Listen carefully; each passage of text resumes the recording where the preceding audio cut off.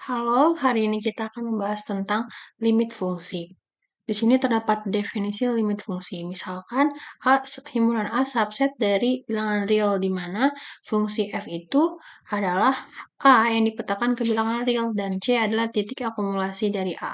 Fungsi f dikatakan memiliki limit di C jika terdapat L elemen real yang memenuhi untuk setiap epsilon lebih besar daripada 0, terdapat suatu delta lebih besar daripada 0. Sedemikian sehingga untuk setiap X elemen A dengan X kurang C mutlaknya itu akan lebih besar daripada 0 dan lebih kecil daripada delta, berlaku Fx kurang L mutlaknya akan lebih kecil daripada epsilon. Nah, ini untuk ilustrasi gambarnya.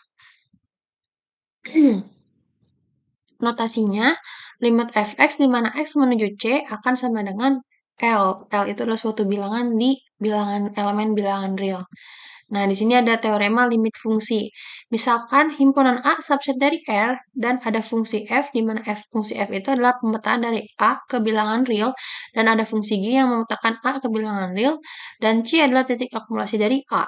Jika K elemen dari bilangan real dan ada limit fx di mana x menuju C adalah sama dengan L1 dan limit fungsi gx di mana x menuju C sama dengan L2, maka yang pertama limit fungsi fungsi f plus minus g x sama dengan L1 plus minus L2. Kemudian ada limit K itu bilangan real dikalikan fungsi fx sama dengan K dikalikan L1.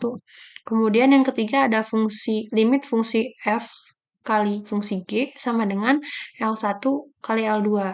Kemudian ada limit dari fungsi fx per gx itu akan sama dengan L1 bagi L2 dengan syarat L2-nya tidak sama dengan 0.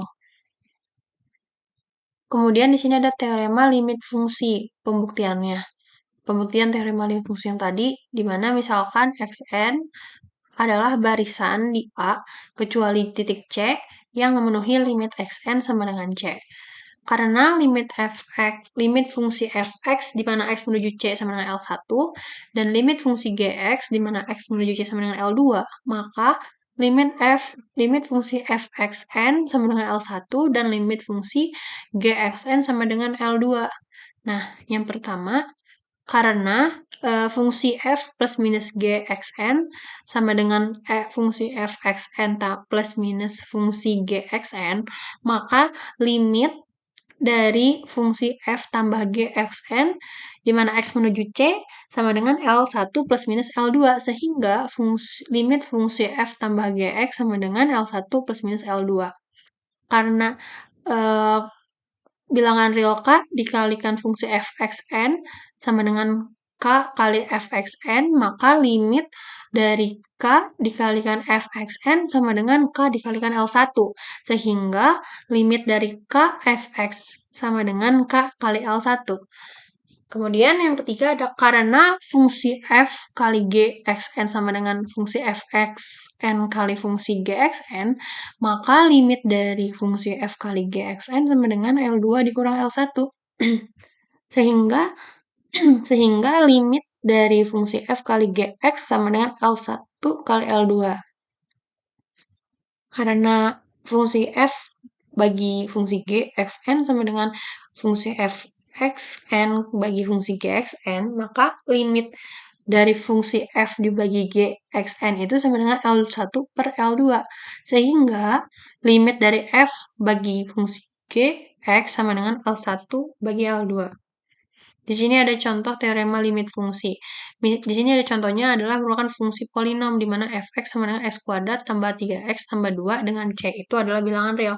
Akan ditunjukkan bahwa fungsi fx limitnya itu akan sama dengan fc.